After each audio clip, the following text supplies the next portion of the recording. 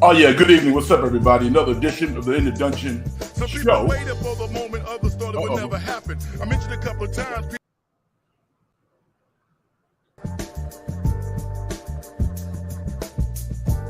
My bad. Oh man, production is funny. I know he's like, what the hell is that, Red? Yeah, you got a little glimpse of the theme song that I didn't know I had actually loaded up. I'm about to play that one. But yeah, that was kind of funny. What's up, everybody? I'm Frank Red. How y'all doing out there? This is a wonderful evening to talk sports. Hold 1 second.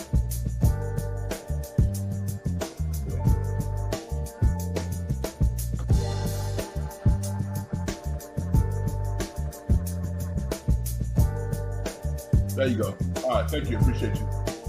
Yeah, as I said, this is a wonderful evening to talk about sports. So much good stuff happening. And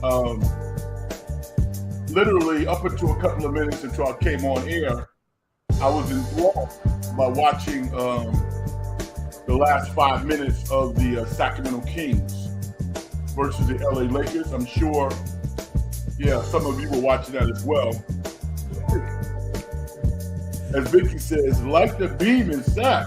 Yeah, that was awesome. It really was. Mike Brown coached a perfect game. A perfect game.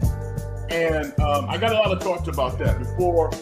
So after I take care of the Warriors, you know, we can talk some Kings basketball also, because it's hard not to root for those guys.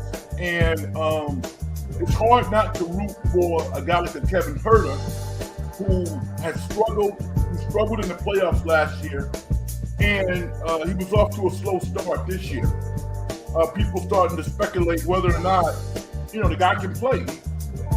Pro athletes lose their confidence and they struggle mentally, just like, you know, people playing in the park or in the CYO league. So, you know, the fact that Mike Brown stuck with him tonight says a lot about his humanity and what he thinks of Kevin Huerter, because they have to win games. But when you look at the Kings roster, he has to be an integral piece of the pie for them to be successful. So I was happy to see that he got an opportunity to have a big moment tonight. But the star of the game for Sac was obviously De'Aaron Fox, who had 37 points. And it took a while for people to come around. I would even say I wasn't completely on board. I'm on board now. This dude is a flat-out bucket. And when Steph Curry salutes you like that, anoints you the way that he has, you got to give it up to him. He looks like he literally could be a first-team All-NBA player, you know, 2, 3, 4 years down the road. He looks that good. You really can't stop him. So I'm going to big him up. After Sacramento, you know, was able to get off against the Lakers and right the ship, because you saw that fan base. That fan base rivals some of the best fan bases in all of basketball. Certainly, the Golden State Warriors, the New York Knicks, the Lakers, Philly, Boston. Just think of the great fan bases around the nation, and the Sacramento Kings fan base has to be in that conversation. No doubt about that. So, the Kings were victorious, 132-127. De'Aaron Fox had 37 points, hurt his ankle. So we'll see how they move forward with regards to that. But off the top, man, I want to talk about the Golden State Warriors. 106-95 over the Houston Rockets. And there were so many different subplots to talk about. And I think this is what Warrior fans really wanted to see. So we're going to get into that and break that down as well. We also have to talk about San Francisco 49ers going down at home to the Cincinnati Bengals, 31-17. And again, there's a lot to talk about there. I think a lot of 49er fans get caught up in the hype. And why, I don't know. I mean, everybody is trying to do the same thing. I don't care if you are one of the worst teams in the NFL. You got guys who line up also. And Cincinnati has a top 5 quarterback. and Joe Burrow. That dude is lights out. If you give him time, I don't care who Cincinnati's playing against, he's going to find open receivers. And they have really good personnel. I don't think their personnel is good as the 49ers, but they're good. I mean, they've gone to a Super Bowl. So we're going to break that down as well. There was a lot of noise this afternoon of people dropping off the Brock Purdy bandwagon. I'm not going to do it. This is just football. This is just him dealing with adversity like everybody else. And the media likes to build people up, and they like to tear you down. I saw a report right now as we currently are in week 7, I guess 6, 7, 8. He's in some polls ranked between 12 and 15 as a quarterback. Now I think he's a top 10 quarterback, top 10, top 12. But this is what he is.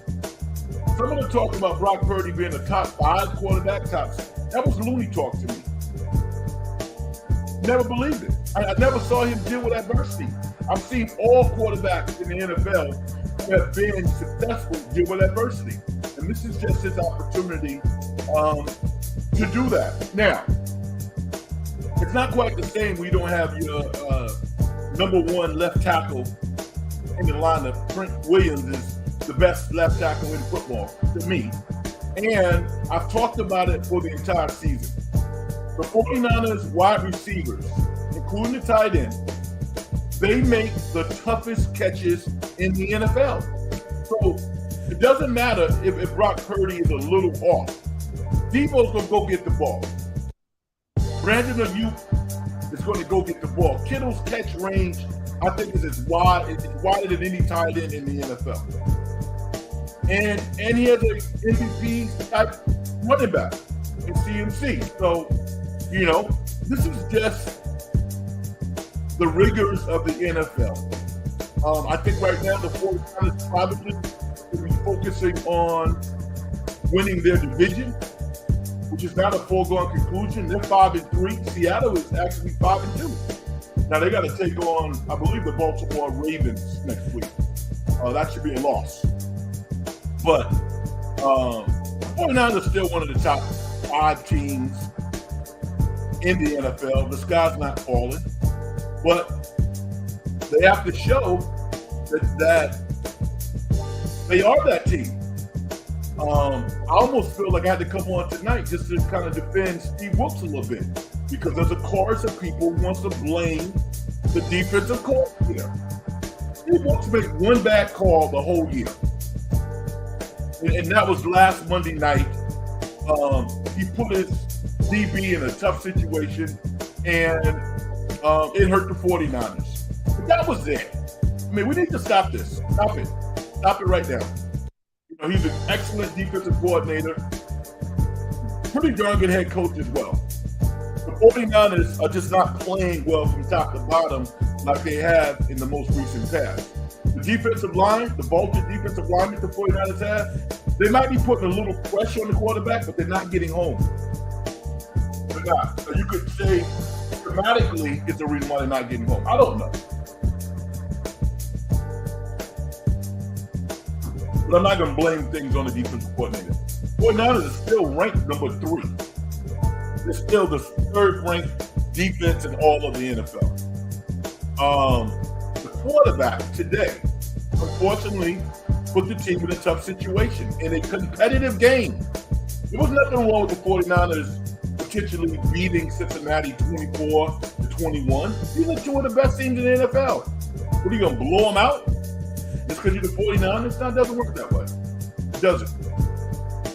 When they get their players back, all of them, then I think they're going to be fine. I think, Purdy wasn't horrible. He was 22 of 31, 365 yards, 1 touchdown, and 2 INTs. But those 2 INTs were brutal. They put the team in a tough situation up against Burrow and Jamar Chase. You can't guard Jamar Chase. Nobody can check him one-on-one. Can't do it. Ricky says, Frank. Hold on, Vicky. Put some glasses on, because I can't see this. Hi, Frank. The 49ers are a mess. Wow. I hope doing goodbye that the 49ers can fix their problems. The Warriors look like they can just walk on a court and win. I love the type of basketball they're playing. Yeah. Yeah, I mean, Vicky, I mean, you tough, man. Vicky's tough. Imagine playing for Vicky. Vicky's pretty tough. The 49ers are not in a class by themselves. Let's just say that. They're still good. But teams lose at home. You know, I mean, think about this, Vicky, for a second. If Jake Moody did his job, they win that game. Right? Minnesota playing at home on Monday night with a competent quarterback. I wasn't surprised the 49ers lost because they had missing players.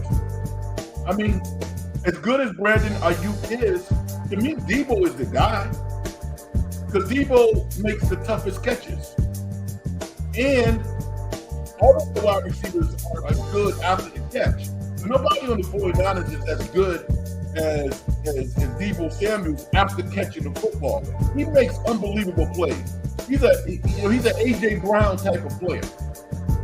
That's how he works. And not having him in the lineup, what do you think they're going to do to Brandon Ayuk? They're going to double and triple team him.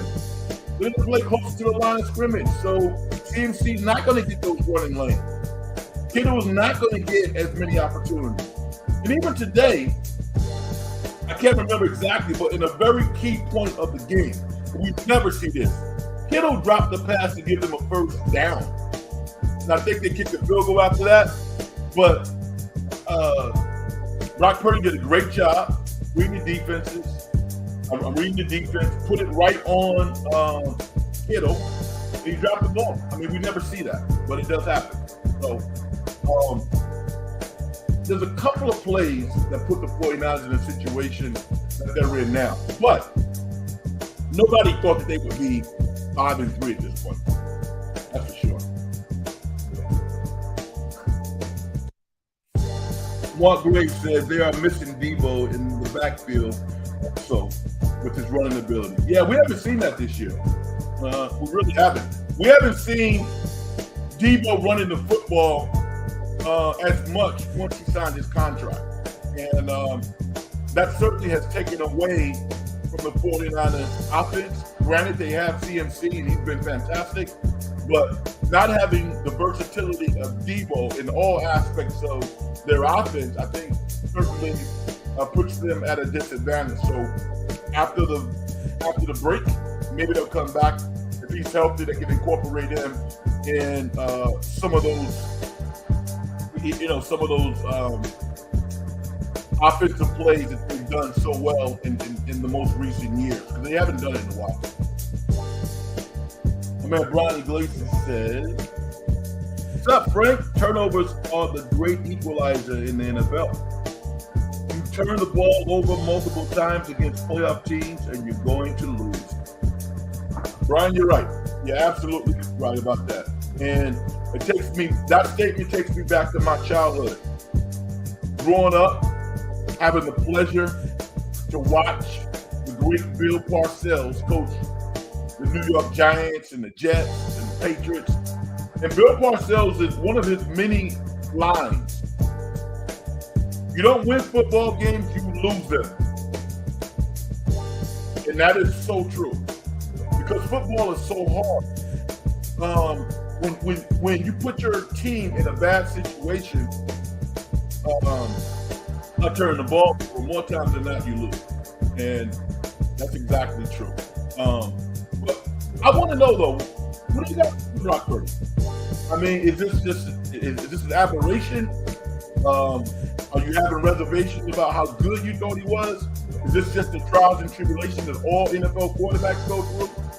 What are your thoughts? Because the hype machine is pretty thick that covers the 49ers. It really is. And I never bought into it. And I play football. I never bought into it. And I understand how good the other teams are. And when you have injuries and you're not at your best, teams scheme up on you. What about Cincinnati early on this year? They wasn't playing that well. Why? Because teams are getting up ready to play them. So I want to see some comments about 49ers. I know there's a lot of 49er fans out there. I don't get too high. I don't get too low. It's just football. I mean, think about 2 or 3 weeks ago when Jalen Hurts threw the most inexplicable interception that we've seen all year against the Jets. We were like, what the hell is that? He shook it off. Came back the next week, and he was lights out. So, it's tough playing quarterback in the NFL. I can tell you. Bryce Young, I didn't even see the game today. And I know they won their first game. I can't watch everything. But my confidence, my belief that Bryce Young is going to be an excellent NFL quarterback has not wavered one bit. Not one bit. Hold for a second.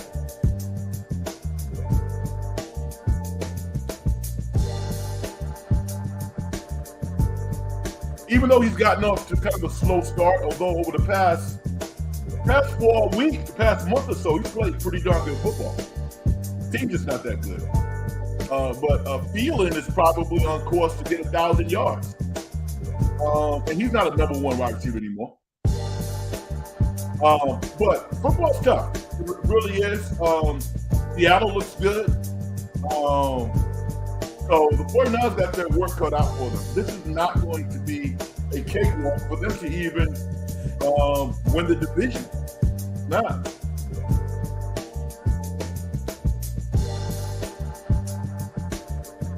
MF says, Frank, you think Debo and Trent can help the Niners get back on track? Absolutely. Yeah, no question about it. You know, the 49ers were one of the top 5 teams in the NFL. And every quarterback plays better when they're playing behind a line that gives them the time to scan the football field. Brock Purdy was under a little pressure, not a lot of pressure when he throws INTs, but having Trent Williams back in the lineup, come on, man. Absolutely. And Debo, 49ers are going to win. I think they're going to win probably 12 or 13 games this year. It wouldn't surprise me if the 49ers go 12-5. I think that's more than good enough to win the division. It wouldn't surprise me if they lost one more game this year and it went 13-4. Wouldn't surprise me at all. But I see 2 more losses. But they got to put pressure on the quarterback. The defensive line is not playing as well as they have in recent past. I don't quite know why. I think the personnel is there. A lot of people are going to look to Bosa and say, you know, he's a big money guy. He signed a brand new contract, and he has not had a great year. He's gotten off to a slow start. There's absolutely no doubt about that. But they're still a really, really good team. The best team in the NFC, I think you got to put Detroit there. Although I don't think they stack up with the Phillies of the world, the 49ers. Who else is good? The Cowboys. If I missed anybody, I don't think so. I think those are the top 4. Well, Seattle. Seattle's good. Seattle can beat anybody on any given day. Geno, he had some tough moments today also, but he is a rock-solid quarterback. Where would you rate Geno Smith as a quarterback? You think Geno Smith is better than Brock Purdy or not? I just wanted to crash a couple of cars. Some cars just ran into some trees. Red! What are you talking about?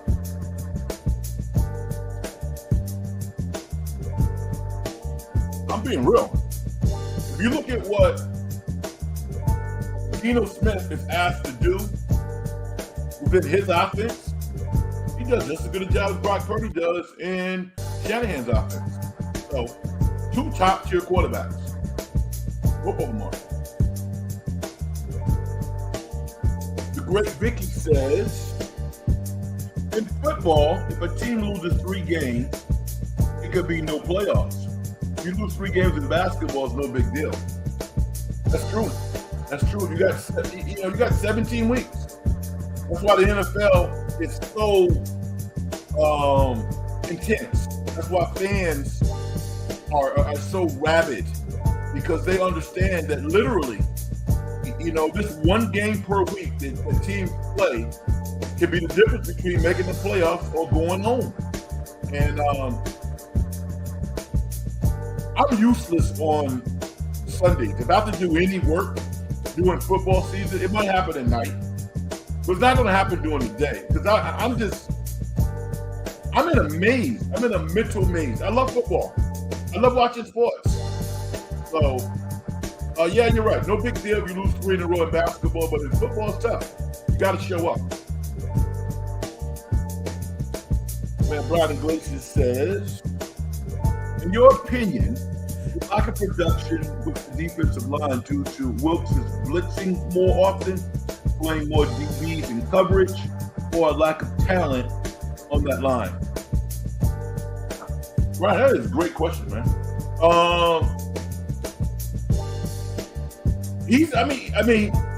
Steve Wilks has built his career on blitzing. That's what he's done throughout his entire career. I think he probably needs to be a little more conservative, because if you don't get home, you put the back end in a tough situation. The 49ers have good DBs, but I don't think that they don't have great corners. They have good corners. And I think that they have been exposed a little bit over the past couple of weeks. I don't see Jalen Ramsey on that team. I don't. So collectively as a unit, they're good. But yeah, I think Wilkes taking more chances has probably hurt the team a little bit. And he basically said as much in a press conference earlier this week when he apologized for blitzing against Minnesota on Monday night. I thought that was weird. I've never seen a defensive coordinator take responsibility essentially for a loss. It happened in the first half. That was crazy. But he did it. So I don't think the defensive line is playing as well, particularly Bosa. And I'm sure that's troubling to him. But I think schematically, you might be on to something. I think Wilks' style probably has caught the defensive unit a little off guard. And I would say they need to get back to rushing the quarterback and tackling. They were the best tackling team in football. I don't think that they are right now. At least they're not doing it. And they're putting more pressure on the back end of the defense. And I think that's problematic. I think you might be on to something. Lindocious says, well, Frank, do you watch boxing? If so, what do you think of the Fury Ngannou fight? I would say that I'm a casual boxing fan, but I show up for the biggies. And I didn't watch that fight because it happened what time did they fight? Like 4 or 5 in the afternoon? 6 maybe? I was actually working out at that particular time. But I heard that Fury lost the fight, which would piss me off if I paid money. What it cost, $100? If I paid $100 to see that fight, and then I got the sense that the fix was in, I'd be upset by that. Now, because Ngannou showed up apparently pretty well. Dame Lillard sent out a tweet and said he won the fight. I'm interested in getting your opinion, Lindocious, because it sounds like you watched the fight. So if you did, can you inform me and the listeners out there who might not have watched it? Was it interesting? Was it good? I heard a lot of people call him Fury a bum. I read some real harsh comments saying that he set boxing back X amount of years by that performance. So I didn't see it. I really can't comment on it. But the consensus is that he might have lost the fight. So let me know if that is the case or not. This is fun, y'all. I'm Frank Red, and this is the Introduction Program. We're all over the place. Now, any Kings fans out there? I love that game tonight, man. I really did. And I'm watching Mike Brown coach, and I'm looking at Steve Kerr's fingerprints all over his thinking process and how he was coaching tonight. It looked like Steve Kerr coaching the Warriors, mixing and matching, having unorthodox lineups out on the floor and having it work. That was a great game. It really was. Now, with regards to the Golden State Warriors, this is not anything that I didn't see. And you have to give Kerr and ownership and Dunleavy Jr. a lot of credit. They cobbled together a team that I don't think that people were looking at and saying the Warriors are going to be one of the top teams in the league this year. Jay Williams apparently said the Warriors are going to be a playing game. Really? I don't think so. They are stacked. The Warriors are absolutely stacked. Their defense is rock solid. Think about this. The Sacramento Kings scored 132 points tonight against the LA Lakers. They scored 115 against the Warriors. The Warriors held Phoenix to 104. They held Houston tonight to 95. That second unit, led by Chris Paul, is devastating. To the point where they actually outplayed the starters today. Steph came back and he started going crazy doing Steph Curry things, but the second unit really put this team in a perfect situation, and they kind of gave some back when they brought the starters back in late in the second quarter, but they were up 10 at halftime, and I don't think it's going to change because they're not going to turn the ball over. They're not, and I think my basketball IQ and others who felt the same way that I did knew that the Warriors losing Jordan Poole and getting Chris Paul back in return was going to be a net gain significantly because those turnover problems are gone. If you don't turn the ball over, if you turn the ball over less than your opponent, it doesn't matter the sport, you're probably going to win. Another thing about the Warriors tonight that has really impressed me was Klay Thompson over the last couple of games. Klay Thompson has taken 12 shots over the last couple of games. He made more than 50% of the shots. He made 7 for 12 tonight. His defense has still been pretty rock solid. So if he can continue to do what he's doing, which is being real judicious in terms of the shots, the number of shots that he's taken, and he made some tough shots tonight that maybe he won't make all the time because he was on one tonight. He looked real good. But I like the fact that he's not hunting shots. He looked really, really good. The numbers wasn't necessarily there for Andrew Wiggins, but they've been talking to him. He's driving to the basket a lot more. I love that.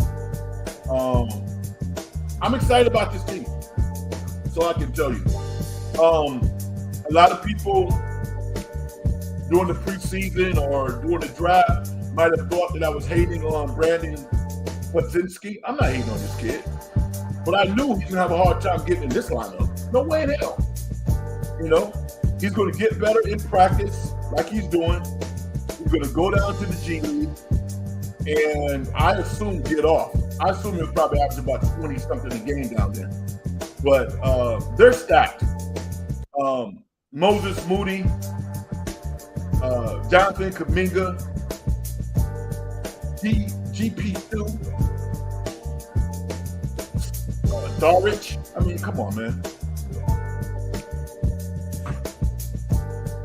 Man, Brian says, man, what a difference it is to have a healthy GP2 compared to last year. He has been really impressive the last couple of games. He's fun to watch. Nah, he is. And he's balling out of control. And he's a higher echelon player when he's doing one thing, Brian, making the corner three. The first couple of games or so, he wasn't making any shots. The last two, he's made those opportunity jump shots. And when he does that, man, he's tough to get off the field. He's tough to take off the court because he can guard anybody. Points, two guards. Chris Paul yesterday was quoted saying that he's been really impressed defensively with Kuminga and GP2 because he would reflect on when he played against the Warriors. And GP2 was always guarding him. And he was like, wait a minute. I've been on defense first or second team 6, 7, 8 years. And to have this guy on the same unit that I'm on now makes the Warriors that much tougher. And also, Draymond Green. Was he rusty? Yeah, he was rusty. I mean, would you expect him to be rusty? Absolutely. But because his IQ is so high, he found a way to kind of carve out a role for himself tonight and helping the Warriors get to the finish line tonight because he was there late. And he made some great plays defensively, some really tough rebounds. So I just like this team, man. I mean, everybody knows I'm a New York Knicks fan. But if I'm not rooting for the Knicks, I like to see the Warriors do well. And watching this team, how they're constructed, I just like how they put this team together. They're going to win tomorrow night. You know, I mean, they might be tired. It might not be the same lineup that finishes against New Orleans, but every time that this team steps on the floor, they're significantly smarter than the opposition. There's only a couple of times where you might go, well, you know, they're the smartest team in basketball. I think they are. The Lakers are also very smart. But the Warriors are even smarter. The Warriors led the league in assists last year, and last in turnovers. They were 29th in turnovers. They're going to beat older teams this year. So they're going to execute in the half court much better than the opposition. Go ahead and see what my man Aaron has to say. Aaron says, Cousins and Burrow combined the last 2 weeks. Wow. 67 to 77, 661 yards. Yeah. Listen, people have been hating on Kirk Cousins since he came in the league. And the only thing that he does is I mean, this dude's a hell of a quarterback. People don't like to say it. He's kind of quirky. You know, he got some personal views that people don't really dig or whatever. But Kirk Cousins is a hell of a quarterback. He really is. You know? Steve Wilkes didn't help the 49ers on Monday night. But Cousins, I mean, you're playing at home on Monday night in a dome. I'm fired up. I'm ready to play. I play against anybody. So I'm not surprised by that. I mean, 49ers don't have all pro DBs. They don't. They have good players. You know, good, solid players. They got an excellent unit. But if you would say, well, what is the weakest part of the 49ers defense? It would be the back end.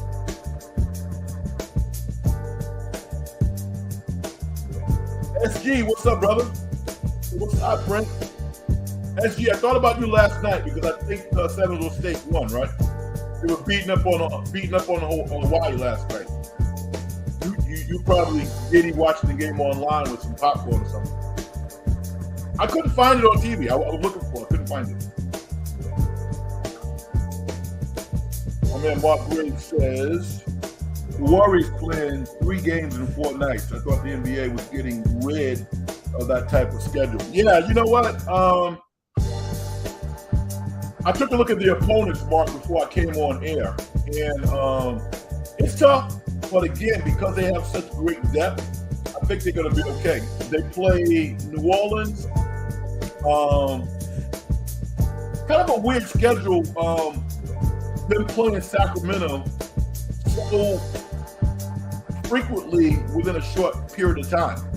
They play Sac on Wednesday night, right? Yeah. Which is probably going to be good for them because I don't think De'Aaron Fox is going to play. That's not good for Sac. Good for the Warriors. Then they go east and they play Cleveland and they play Detroit. So it's a tough schedule, but think about this.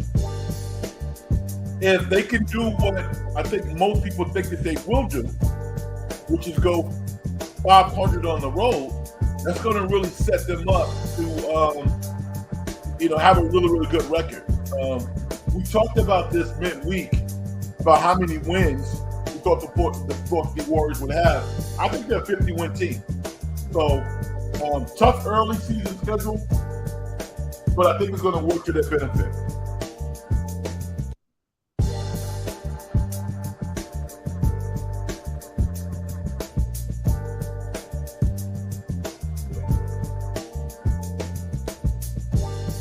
Ryan says,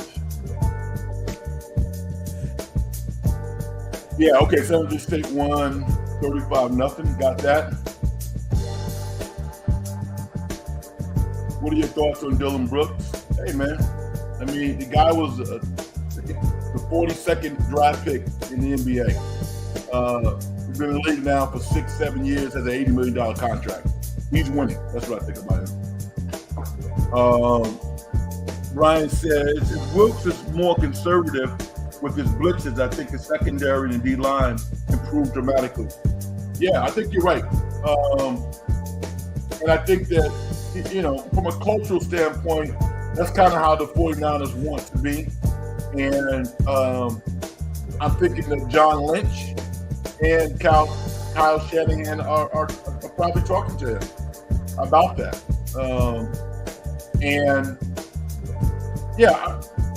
I personally don't have a problem with the 49ers moving forward as a defensive unit. I think that they have the ability to make the changes that they need to make to be successful. And if they're having some of the same problems offensively, once they get all of their guys back, then we can speak to that. But right now, I don't even have a problem with that, because they don't have their dogs. I mean, Trent Williams, come on now. Debo, and a lot of people, like I read a tweet this afternoon, they were almost surprised because you don't watch Cincinnati play. Do you know how good Joe Burrow is? Joe Burrow is Jim Kelly 2.0. He's the dude. National champion winner. Number 1 overall pick. Went to the Super Bowl within the first 3 years of his career. Come on now. Give him some credit.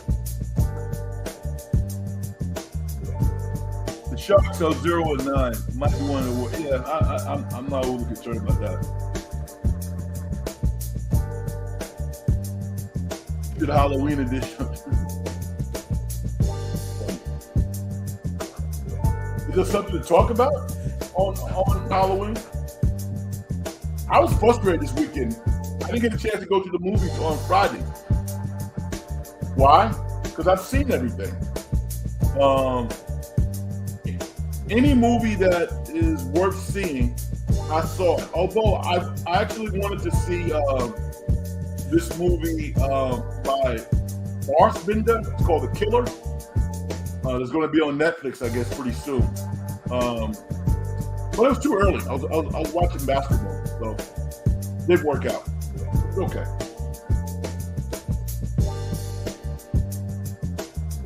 So yeah, we're talking about the Warriors to take on New Orleans tomorrow night. I don't believe in track games. I don't believe in that stuff. I don't. Particularly if you're a pro and you get paid I mean that's ridiculous. It really is. College, yeah, I get it. And that actually brings me to something I want to say. I am still totally on board with the reclamation project that Coach Prime Deion Sanders has done with the Colorado Buffaloes. What he has done for college football is absolutely amazing. Right? Now, I am not liking, I don't like, or I'm having a hard time listening to him doing press conferences over the past couple of weeks when he's losing. Don't like it, doesn't really sound good. He appears to be blaming the players, the coaches, and he'll mix himself in there, but I don't hear solutions.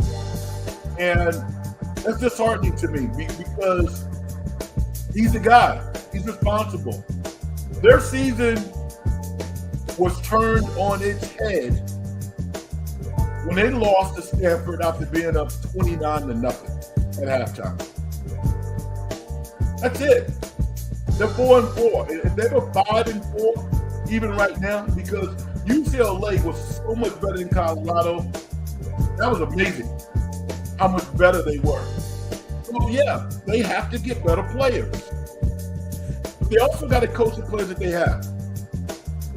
And thematically, I'm thinking to myself, are they coaching these kids up? Or are they putting them out there and saying, just go compete? It's one thing to compete. Like I hear Deion says, we're not competing. I would disagree with that. I think you guys are competing. I think you are. I think that you're getting out football. And when I think about him as a coach, he doesn't have a whole lot of coaching experience. He doesn't. But like everybody else, he's going to go through a process where he gets better. But right now, think about how many people thought this was going to be the year that everybody was going to get back on Coach Saban. Not happening. Coach Saban was the guy who put Jalen Milroe back in the starting lineup as QB1.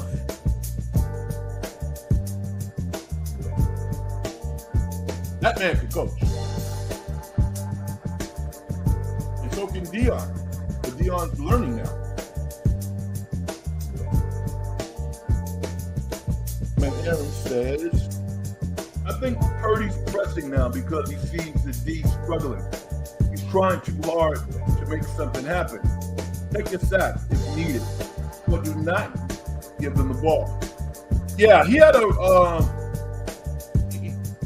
he misread a couple of plays, which was shocking to people because Purdy has his reputation as being so smart and being able to dissect what the defense is doing and not making the mistakes that like a Trey Lance would make pretty consistently, or like a Jordan Love or somebody like that. He got tricked a couple of times today. Those linebackers or the scheme might have said that they were going to rush.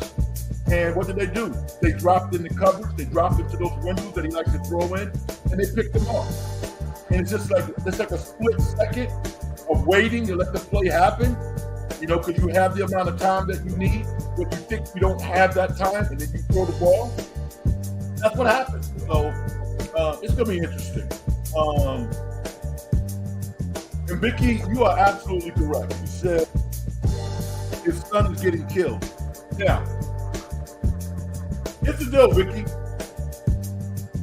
When you have a poor offensive line, right, that can't protect your quarterback, what do? You run the football. I saw a press conference today. He said, well, we're not running because we're having a tough time running the football. Play field position. Play field position. Because dropping him back to passing the ball when you can't protect him, it's going to get him killed. Run the football. I don't see any motion. I don't see any misdirection. That's all coaching. offensive coordinator, I get it. But he's in conversation with the offensive coordinator. I mean, the duo just dropping back to throw the ball, and he has 3 guys running down his throat every play. That's absurd. That was crazy. Run the football and play field position. And if the other team is better than you are, then that's fine.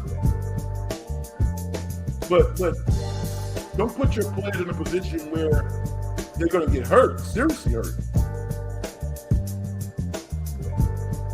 And even in the press conference, kind of sounded like a dad,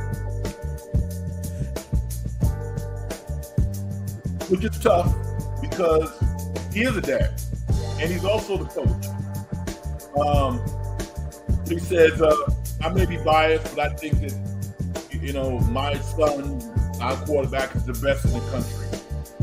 No, he's not. No, he's not. Maybe next year, but not right now. He's not the best quarterback in the country right now. I don't think he is. You could argue that he's the best prospect. That's an argument. But he's the best quarterback in the country right now? I don't think so. Love his arm talent. SG says, you should watch that Deion Sanders Saturday Night where I saw it. What do you think of it? I thought it was kind of funny. Last week, right? I saw it. Like Frank Red, you have a life, dude. How do you get a chance to watch all this stuff? Yeah, I have a life. But every now and then, I like Saturday Night Live. And yeah, that was fun. I'm a Deion guy. People making comments, they want to laugh, stuff like that. They don't want to be successful. It's all in fun. You have to be able to laugh at yourself.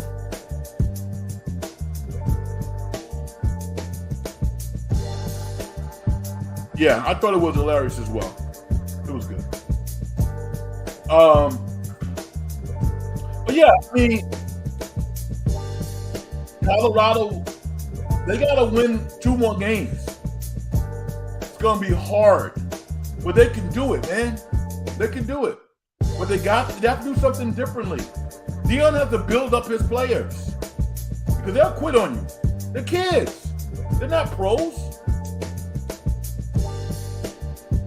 They play Oregon State Saturday night. I saw Oregon State against Cal. Oregon State is good. Before they lost to Arizona this weekend, they were the 11th ranked team in college football. So they're good. And DJ Angulad, I'm not going to do that. I don't have his name in front of me, but I tell you this right now. You think Clemson is rethinking their decision to jettison him to the Great North? DJ looks like a pro prospect.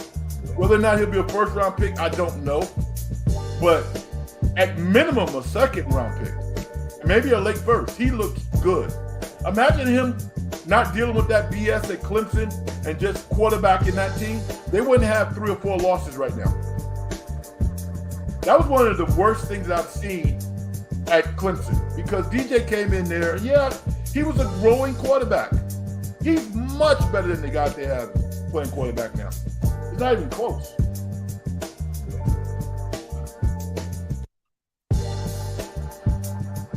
Brian says NFL trade deadline is Tuesday. I believe any big moves around the league. I believe, yeah, it is on Tuesday. Any big moves around the league you're interested in going down? What do you want the 49ers to do?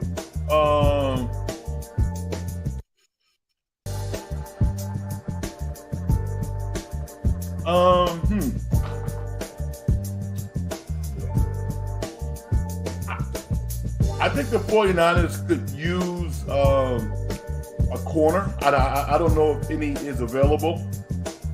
Any are available, excuse me. I think they got a solid team. You can always use another offensive lineman if somebody's out there. They've been kicking the tires on defensive linemen. Larry Kruger's been talking a lot about Sweat. from Washington, the Commanders, and also Chase Young. They need depth along that defensive line. So I would say Sweat and Chase Young. I mean, Chase Young's going to be a free agent. So Washington did not extend him. I don't think he's overly excited about playing there. So he might be somebody who the 49ers can take a look at. Obviously, he and Bosa both went to Ohio State. They know each other. That might be interesting because they got Gregory. I mean, Farrell has played really well after being a cast-off from Oakland. They have good personnel, but a defensive lineman and an offensive lineman, I think, would be something that the 49ers could do. Now, Dante, the wide receiver of the Raiders, Adams, I can see him being moved. The Raiders probably won't move him, but in no uncertain terms, he basically said, I don't want to be here. He may not have said those words, but everything about how he moves says, yo, I don't want to be here. I came here because of my boy, Derek Carr. You got rid of him, and I'm still here now. So Devontae Adams is somebody who I would think one of the best teams, a top-tier team, Dallas Cowboys. Hello. You know, that's your number one receiver. Imagine Dante on Dallas. Would that be awesome or what? You know, because CeeDee Lamb, as good as he is, he's solid.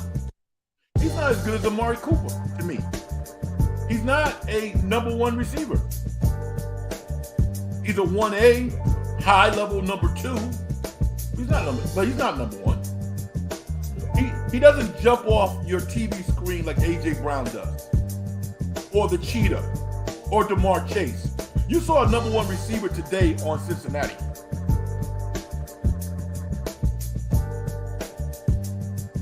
He's not Debo. I don't think so. He doesn't make the tough catches like Debo or Brandon Ayuk. Good player. SG, thank you. DJ Ungulele. Uangulele. Okay, Uangulele is the pronunciation of his name. DJ Uangulele. Yeah, nah, he out there trying to win, man. He's rock solid. And Mark, you and I on the same page. 49ers need a shutdown corner. Yeah, they do. They do. And or they need to go back to a similar style of defense that they've used over the past couple of years with Robert Saleh and DeMeco Ryans, which has been aligned at all three levels, but a little more conservative than what Steve Wilks is doing. Steve Wilks likes to blitz. They don't have the back-end talent to do that, you know? So I don't know if anybody's ready to give up a shutdown corner at the trade deadline. I don't know. So it's going to be interesting. I mean, we know who the 4 or 5 teams in the NFC are that can challenge to represent that particular conference in the Super Bowl.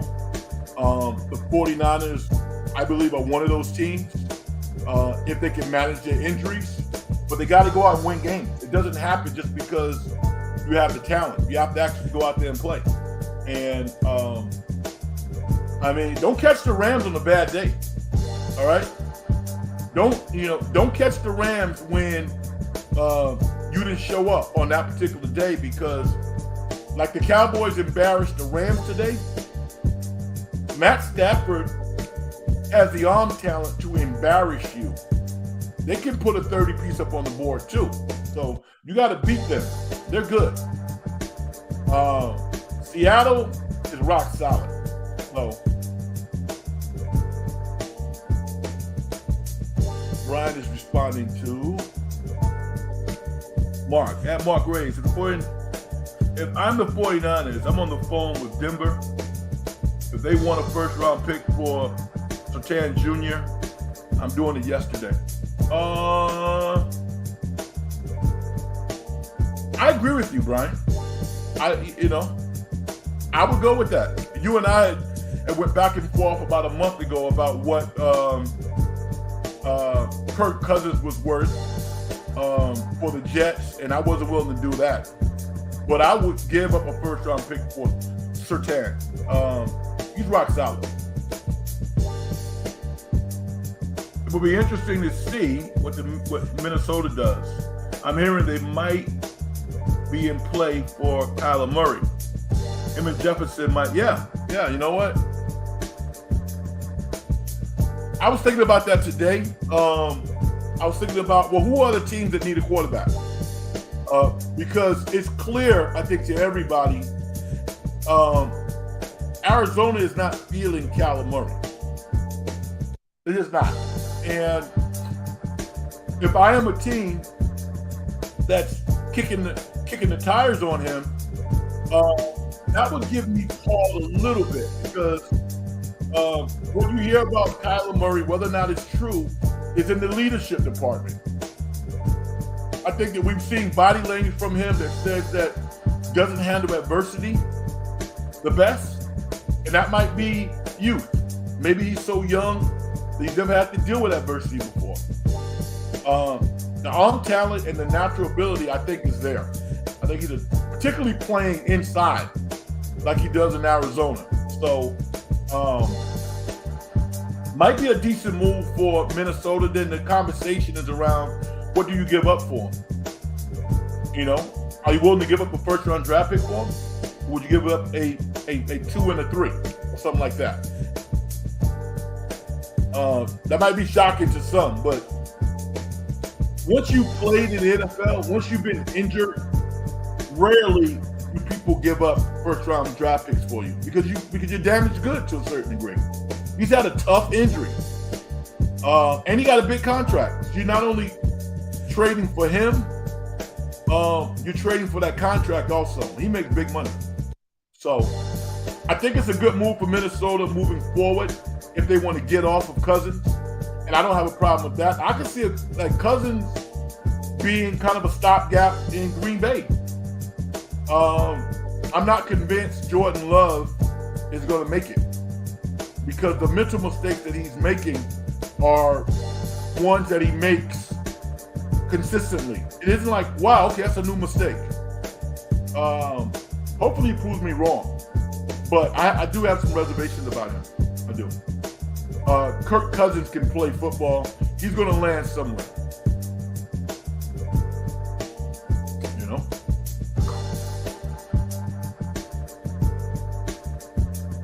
I also want to say that Kevon Looney, after a pretty meh first game of the year against Phoenix, Kevon Looney's been playing his tail off. Has had over 10 rebounds for 2 consecutive games, playing great post defense. I like what I'm seeing from him. I don't know, maybe he had the wrong start time on Tuesday night. I don't know. But post Tuesday night's opening game, Kevon Looney has been balling. And that's good for the Warriors. Maybe it was just Steve Kerr, sprinkling Trace Jackson out there. Then, you know what? You're great, but nobody has a right to be on the court if they're not playing well.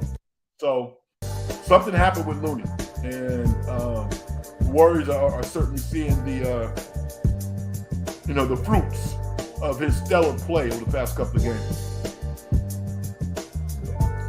SG says, Deion Sanders' daughter, Shalomi Sanders, watched her father's comedy sketch on SNL and thought the parody well, that's her dad. I mean, come on. It was funny. I thought it was really funny. Deion has a big ego. Nobody likes to be picked on. I get it. get it. None of us.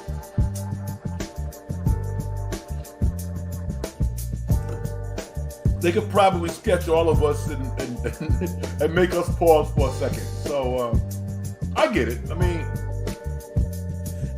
so many good things have happened to Dion in his life. It's amazing that he has been able to ascend where he has. Good for him. I also want to talk about, I might have mentioned it last time I did a show, but what do you guys think about De'Aaron Fox being a product sponsor of the Curry brand in Under Armour? I got a glimpse. Unfortunately, it happened when he hurt his ankle tonight, but he was wearing the Currys tonight, and they look good. They look, I mean, that white trimmed in purple with that uniform, they look really, really good. I mean, I think it's a rock star move for him. I do. And I think this is a power move for Curry also. Now, we have advanced where, money doesn't mean what it used to necessarily, but officially, Forbes has come out and said that Magic Johnson is also a billionaire now, which is a great accomplishment for Magic. And people talk about LeBron being a billionaire and this and that. I think Stephen Curry is probably the next one among his contemporaries to have a chance to have that level of success financially. And that's good, man. I mean, I love to see players make a transition. It doesn't have to be because you're making a bunch of money. That's not what it's about. But continuing to live a wonderful life, post your playing career. So many athletes that we admire are in a position where they're literally limping to the finish line. And that's not good to see. So it's good to see that Stephen Curry not only can keep his focus on what he needs to do as a basketball player, as a team leader, but he is really building an incredible brand that I think is going to continue to bear fruit over a long period of time. And having that level of keenness to identify a guy like a De'Aaron Fox, to take the torch and represent your brand in a very successful way, I think is brilliant on Stephen's perspective.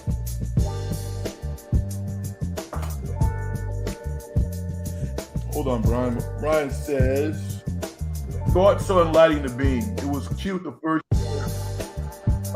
It seems a little played out now. Yeah, I'm going to give you an analogy. First of all, I think you got to know the people in SAC. And SAC is a big little town. It's a gigantic place. The fans rally around it. So in that community, they love it. Okay? I don't have to see the beam lit every game, every time they win. But I'm on board with that community. I love that community. I love them. Put that on repeat, Zach. You listen. Frank Reg says he loves Sacramento. Yeah, I do. You want to like the beam? Go ahead. But the analogy, Brian, that I'm going to make is Eyewitness News Channel 5. The weather report. The all-inclusive weather report where you have the fog on the floor and like the beaming sun in the background and the trees on the screen. That was cool the first 5 times I've seen it. Now can you just give me the weather? Can you let me know if I need to wear a jacket tomorrow? I don't need to see fog on the studio floor, a fake sun in the background, palm trees in Florida. No. I mean, I think that's worse than the beam, personally. Can we please get rid of that? And they go, yo, exclusive, all access weather report. It's kind of tired now. If you want to do it, just do it one day a week.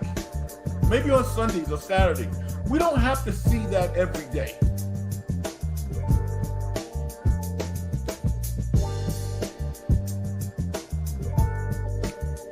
Vicky says, I wish Magic would buy the A's. Wow. Whoa, that would be awesome. Yeah, he could relinquish his ownership of the Dodgers. There's nothing wrong with that. Mark says, yeah, he's part owner of the Dodgers. Yeah, he could just sell that in a second. They could just be part owner of the Boston Celtics.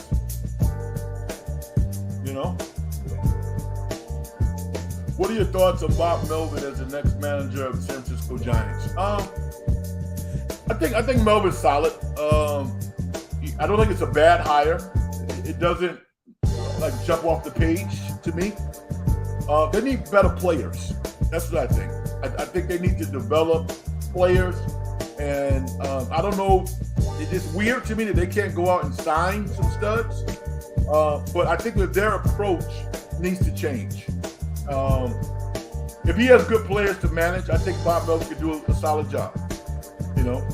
But he's not like a bigger-than-life personality that's going to really galvanize the community. I mean, he's from the Bay Area, Northern California. This is his, quote, dream job, and good for him. But he does not jump off the page to me.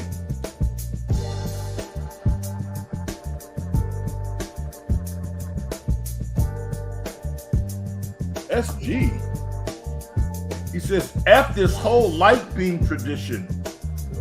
You mean freak it? Is that what you mean? Let him have that beam, man. Let Sack like the beam. I'm more impressed with the team.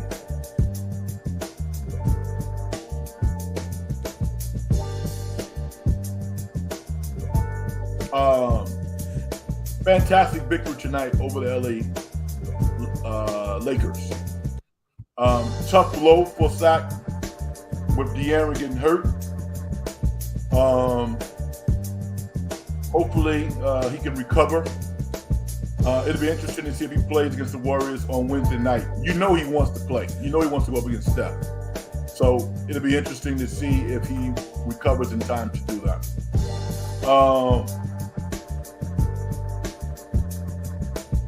Yeah, FG, I know what you meant, man. I was making a joke. I was thinking about that. I don't really curse, man. I don't curse. It's not that I've never said a curse word before. I do. But generally speaking, I don't curse a lot. And I don't know if I want to bring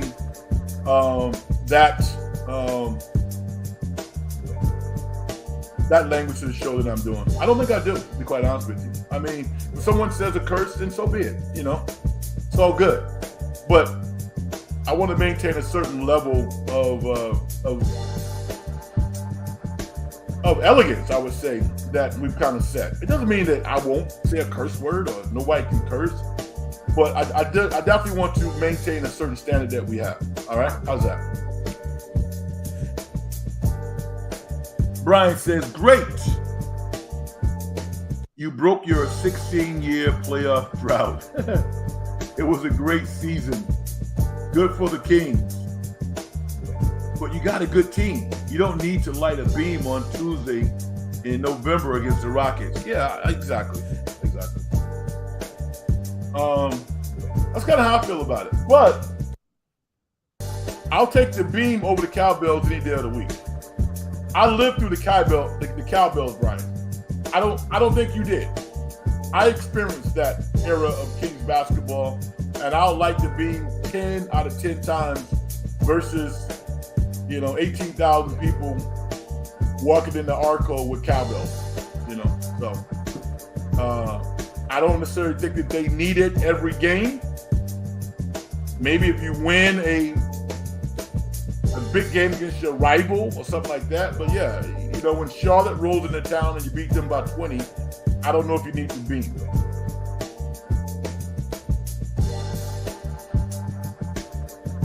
As he says, I like to swear to show my anger and displeasure. expand your vocabulary. You don't have to curse to do that. But listen, dude, I'm not monitoring whether or not you curse or not. It doesn't really matter to me. What's worse, cowbells or broomsticks? Cowbells are worse. Unless the broomsticks are like in my view, where I can't see the action. But those cowbells, man, those things just ring and ring and ring and ring and ring, man. Those are tough. So anyway, y'all, this has been fun. Any lasting topics or comments that you guys have before we sign out of here? This has been a great a weekend for sports.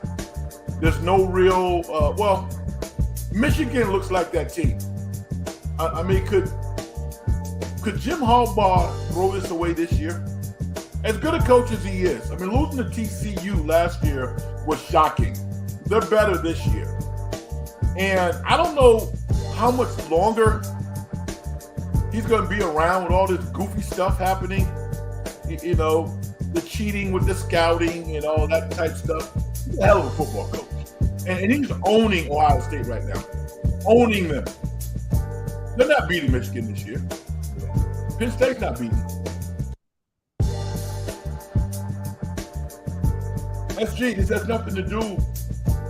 NBA players and coaches swear. Yeah, it doesn't matter. I don't care. I don't care who curses. I've said a curse word. Go to YouTube, listen to all of my songs. I got some curses in my song. Not all of them. Most of them I don't. But there's a song that I have on YouTube that's called "Could Have Been Me," in which I was rapping about a very serious topic. In which I said some curse words because it needed to be said. And like I told you again, there might be a time which I say a curse word because it needs to be said. But just erroneous cursing, just for the, just because I can, nah, I'm not gonna do that.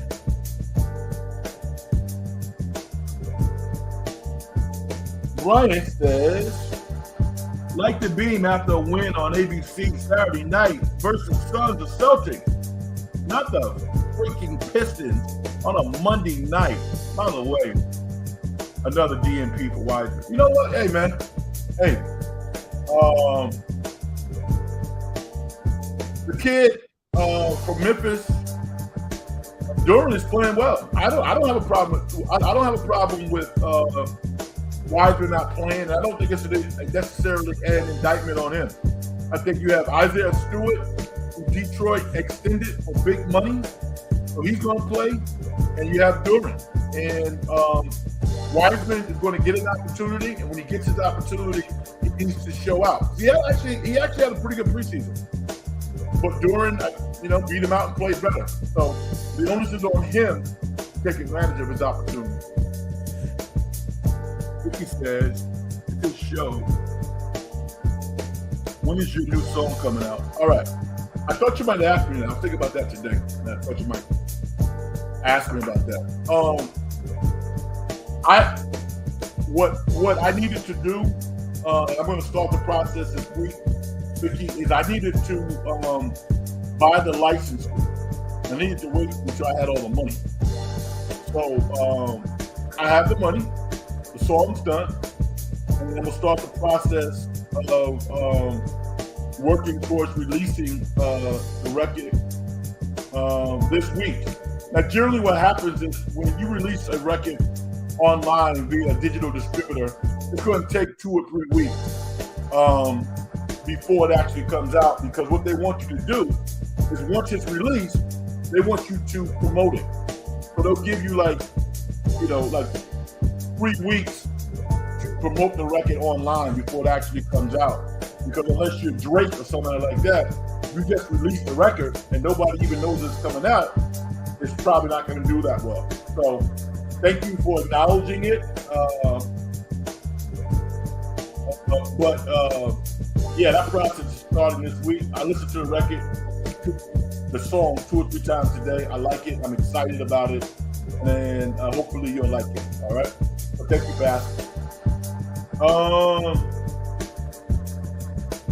Frank, would you ever smoke weed? I've smoked weed before. All right? Let me take you to my personal life a little bit. I grew up in a really tough environment back in New York. Drugs and a whole lot of other negative things were always around me. People in my family smoke weed all the time. My stepdad smoked weed all the time. And I tried to smoke weed. I did. I smoked weed when I was 12 years old. And since that point, once I made a decision that was not what I wanted to do with my life, I haven't done it. And I know you're like, 12? Yeah, I did a lot of things, man. I basically raised myself. My mother was working 2 jobs. So I don't have anything against smoking weed. I choose not to do it. But I'm open to taking a look at anything. There are many medicinal uses for marijuana, and as I get older, maybe there'll be more information that I have access to, that I believe that it actually can be a benefit to me physically and mentally. Then maybe I will, but I choose not to do it now. I don't feel any pressure to do it. I'm a leader. I'm not a follower. So, I generally don't do what other people do. I don't. I love being an independent thinker and doing things because I want to do them, because I think it's appropriate for me to do them. I would hope that you're the same way. I would hope that you're not somebody who does things because somebody else does it. I don't want to live my life like that. All right, Brian says, how telling is it that 2 players who were highly drafted in the Bay Area, Lance and Wiseman, are in different organizations still struggling to find playing time? Will they be on a 3rd team? It's interesting you say that, because the teams that they're on now really don't have a deep financial investment in them. Wiseman's not going to get another contract past this year unless he earns it. Lance has seemingly been paid in excess of 15 to 20 million already. So he's already rich. It'll be interesting to see. Being a successful professional is a lot harder than I think fans think it is. It is difficult. It is a crapshoot. Even when you do everything well, sometimes, everything the right way, sometimes doesn't work out. If you look just at raw talent and ability, there's no way that Draymond Green should be a Hall of Famer. No way. Draymond wasn't a 1st-round pick. Draymond was a really good college player. He wasn't the best player in college during his time, but there was something inside of Draymond, in his heart and in his mind, that says that, you know what, I'm going back to Saginaw and I'm going to do this. Everybody doesn't have that. Everybody does not have that intestinal fortitude that allows them to be successful. Everybody doesn't love sports. They like it. They like what it can do for them, but to say that they love it? No. Loving football as a quarterback is getting your butt in the playbook, being a master of the offenses.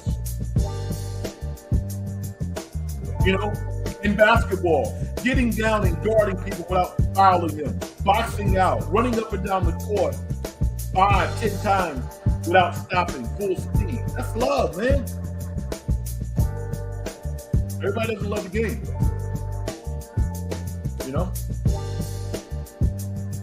Everybody doesn't have the same result. All right. been fun.